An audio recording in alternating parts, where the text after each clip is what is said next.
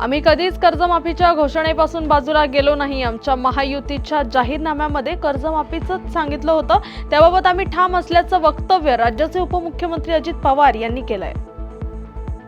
राज्य शासनाने चोपडा तालुक्यातील भूमिपुत्र आदिवासी महिला अभिनव विकास फाउंडेशनला महूची फुलं आणि इतर फळांपासून प्रक्रिया उद्योग सुरू करण्याची परवानगी दिली आहे। द्राक्ष शेतीसाठी निधी देण्यास अर्थमंत्री म्हणून मी अजिबात आढेवेढे घेणार नाही। तसंच द्राक्ष उत्पादक शेतकऱ्यांच्या समस्या सोडवण्यासाठी राज्यात कृषी सचिवांसोबत तसंच केंद्रीय स्तरावर वाणिज्य मंत्री पियुष गोयल यांच्यासोबत बैठक घेतली जाईल, असं मत उपमुख्यमंत्री अजित पवार यांनी मांडलंय। गेल्या 24 तासांमध्ये जम्मू काश्मीर, उत्तराखंड, तामिळनाडूसह देशाच्या विविध भागात जोरदार पावसामुळे झालेल्या घटनांमध्ये किमान 12 लोकांचा मृत्यू झाला असून अनेक जण जखमी झालेत।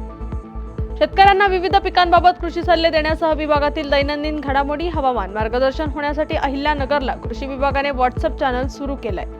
राज्यातील साखर उद्योगाला आर्थिक सुस्थितीत आणण्यासाठी यातील राजकारण दूर सारून कर्ज रकमेपासून ते FRP अदा करेपर्यंत कडू मात्रांची गरज आहे। मागील आठवड्यापासून परतलेल्या संततधार पावसाने सर्व पिकांना जीवदान मिळालंय, त्यामुळे शेतकरी समाधान व्यक्त करतात। आणि वडगाव येथील कैलास वामन कोलते यांनी सेंद्रिय खते, औषधे तसेच सीताफळाच्या बागेचे योग्य व्यवस्थापन करून भरघोस उत्पादन घेतलंय।